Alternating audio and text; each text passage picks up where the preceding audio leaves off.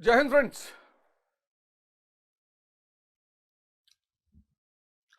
YouTube एक ऐसा जरिया है जिससे सब लोगों से मुलाकात होती रहती है।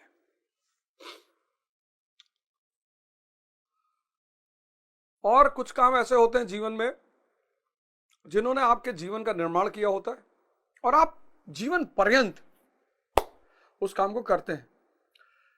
जैसे कबीर जीवन भर चद्दर बुनते रहे। बहुत लोगों ने उनसे कहा कि अब छोड़ दीजिए, अब जाने दीजिए, अब आपका रास्ता अलग हो गया है, अब क्यों ये सब कर रहे हैं, अब सिर्फ प्रवचन करिए, ध्यान कराइए, योग कराइए। बोले नहीं, इसी को करते करते मुझे राम की प्राप्ति हुई है। कबीरदास जी ने कहा कि इसी काम को करते करते मुझे राम की प्राप्ति हुई है, तो इस काम को तो मैं जीवन भर नहीं छोड़ूंगा।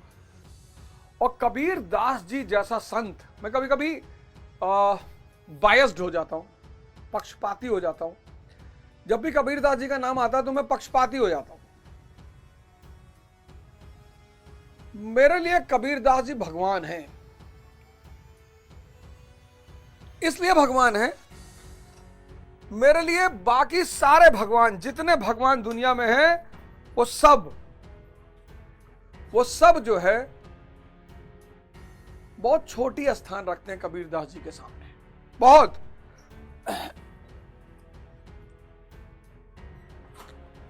क्यों? उसकी वजह मैं बताऊं क्यों ऐसा क्यों है।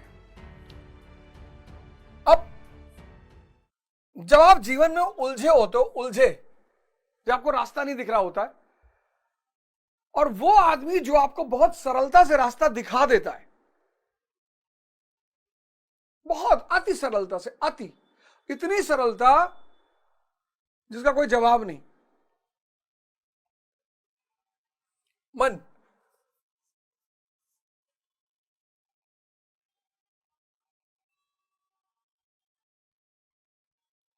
मतलब मन को लेकर जो कबीर दास जी के दोहे हैं, उनका कोई मिसाल नहीं,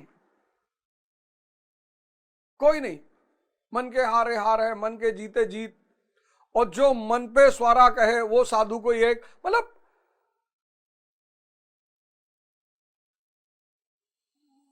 मन के मते न चलिए, मन के मते अनेक। अब जब उन्होंने कहा मन के मते न चलिए, मन के मते अनेक, तो मुझे याद आया कि यार ये तो ओवर थिंकिंग की बात कर रहे हैं। यही तो हम सबके जीवन में होता है। कबीरदास जी ने कहा मन के मते न चलिए, मन के मते अनेक, और जो मन पर वश रखे वो साधु कोई एक। और ये ओवर थिंकिंग हमारी परेशानी। इंद्रियां, शरीर, तो ये तन विष की बेलरी, गुरु अमृत की खान, और शीश कटाए गुर मिले तो भी सस्ता जान। अब भाई ये इंद्रियां ही सारी परेशानी क्रिएट कर रही हैं। ये ले आओ, खाने को ले आओ, देखने को ले आओ।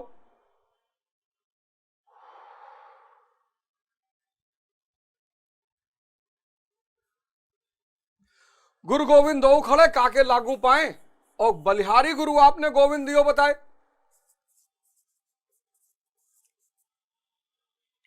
बस इस वजह से मुझे कबीर बहुत भाते हैं, बहुत। इस जीवन रूपी महाभारत के जो सॉल्यूशंस हैं, जो समाधान है, वो सबसे पहले मुझे कबीरदास जी से मिले। इसलिए मेरे लिए वो इस ब्रह्मांड में सबसे सर्वोच्च स्थान रखते हैं। माया छाया एक सी, बिरला जाने कोई। अब छाया बनती तो है, छाया बनती तो है, दिखाई भी पड़ती है, पर उसका कोई अस्तित्व नहीं है। माया छाया एक सी, बिरला जाने कोई। तो इस जीवन रूपी महाभारत से, ये जो जीवन रूपी महाभारत है, इस जीवन रूपी महाभारत से अगर किसी ने मुझे बाहर निकाला तो उस व्यक्ति का नाम है कबीर दास।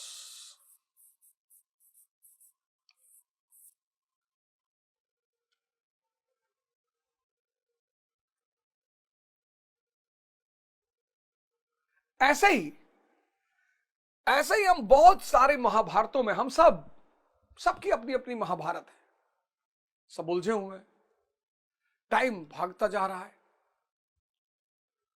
मतलब अगल बगल की जो घटनाएं घट रही हैं, अगर आप उन घटनाओं पे गौर करो, अभी इंदौर कांड जो हुआ, सोनम और राजा का कांड, वो एक शुद्ध मानसिक दिवालियेपन का कांड है। और ये बहुत होगा, ऐसा नहीं कि बस हो गया खत्म। बाहर जिस सुख को व्यक्ति ढूंढ रहा है वो है ही नहीं। अब तो माया इतनी स्ट्रांग हो गई है। 1960 माया थी ही नहीं, 70 में माया थी ही नहीं, 80 में माया थी ही नहीं। अब कैपिटलिज्म एक बड़ी मजबूत अवस्था में पहुंच गया है। आज के डेट में समाज में 90% लोग ओवर थिंकिंग का शिकार हैं।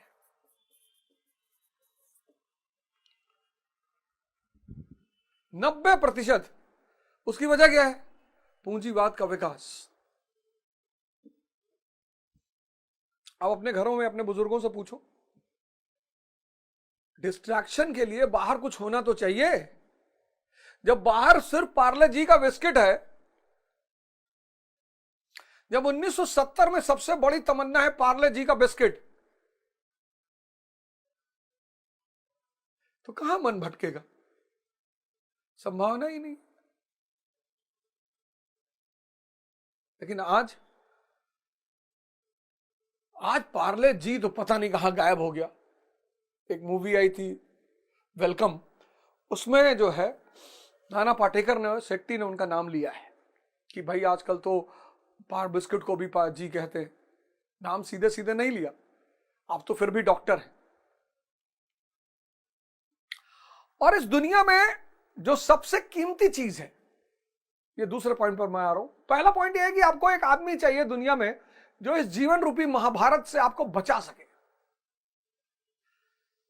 लड़ाई तो चलेगी और चलनी भी चाहिए। लड़ाई तो चलेगी और चलनी भी चाहिए। अगर लड़ाई खत्म हो गई तो आप मर गए। तभी तो उस लाइन को मैं बार बार दोहराता हूं, युद्ध नहीं जिनके जीवन में वो भी बड़े अभागे होंगे।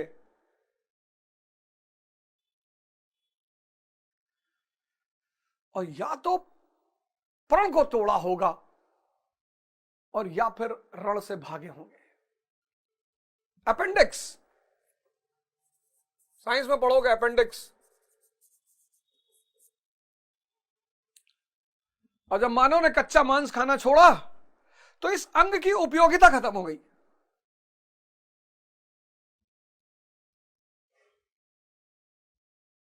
लेकिन अगर बढ़ जाए तो परेशान बहुत करती है।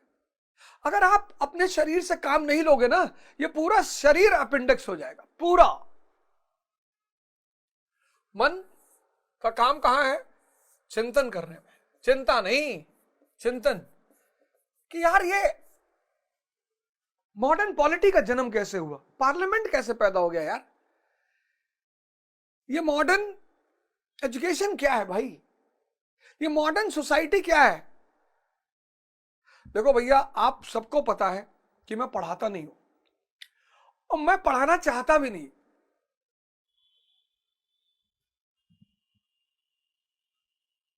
मेरे गुरु हैं कबीर दास जी, वो खुद कभी नहीं पढ़े। मैं सोचना सिखाना चाहता हूं। तो मन का काम है चिंतन, शरीर का काम है श्रम। जितना मेहनत शरीर से करोगे उतनी शरीर चमकती चली जाएगी। जितना मन शरीर से मेहनत करोगे उतनी शरीर चमकती चली जाएगी। और जितना मन से चिंतन करोगे उतना समझ बढ़ती चली जाएगी। और समझ भी ताकत है। चिंतन तुम्हारे समझ को विकसित करेगा, श्रम तुम्हारे शरीर की ताकत को बढ़ाएगा। और आत्मा का काम है इस शक्ति का आनंद लेना, मानसिक और शारीरिक। वो तो दृष्टा की तरह देखती रहती है बस।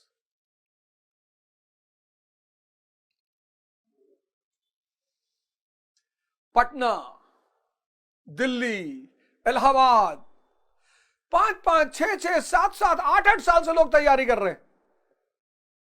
भाई तैयारी मिनिमम 1 साल, मैक्सिमम 2 साल। 1 साल आप कोचिंग करते हो, 1 साल आप प्रैक्टिस करते हो। और आजकल तो लड़के बहुत अलर्ट हो गए, 11 से ही तैयारी शुरू कर दे रहे हैं, तो वो तो बहुत अच्छी बात है। 18 साल मिनिमम उम्र है तैयारी शुरू करने की, मैक्सिमम 30 साल। 2 अटेम्प्ट बचेगा, दे लीजिए।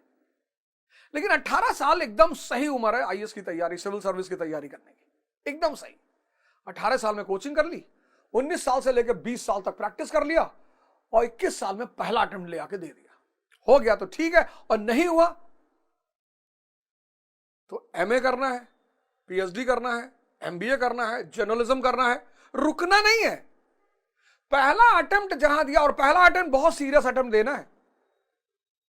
पहला अटेम्प्ट मजाक में अटेम्प्ट नहीं देना है कि मजाक में दे रहे हैं, अरे भैया पापा कहे थे कि एक बार दे के देख लो। पापा कहेंगे एक बार शादी करके भी देख लो, मजाक नहीं है चीजें।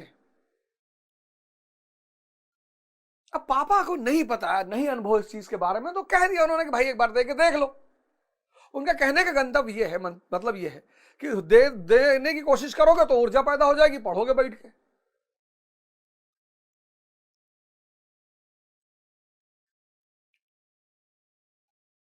अब मेहनत इस दुनिया में सभी करते हैं, सब मेहनत करते हैं,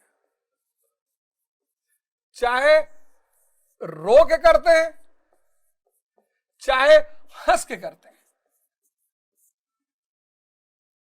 अब जिसको शुगर है, डायबिटीज, वो चाहे जितना पैसा रखे हो, उसको मेहनत करनी ही है,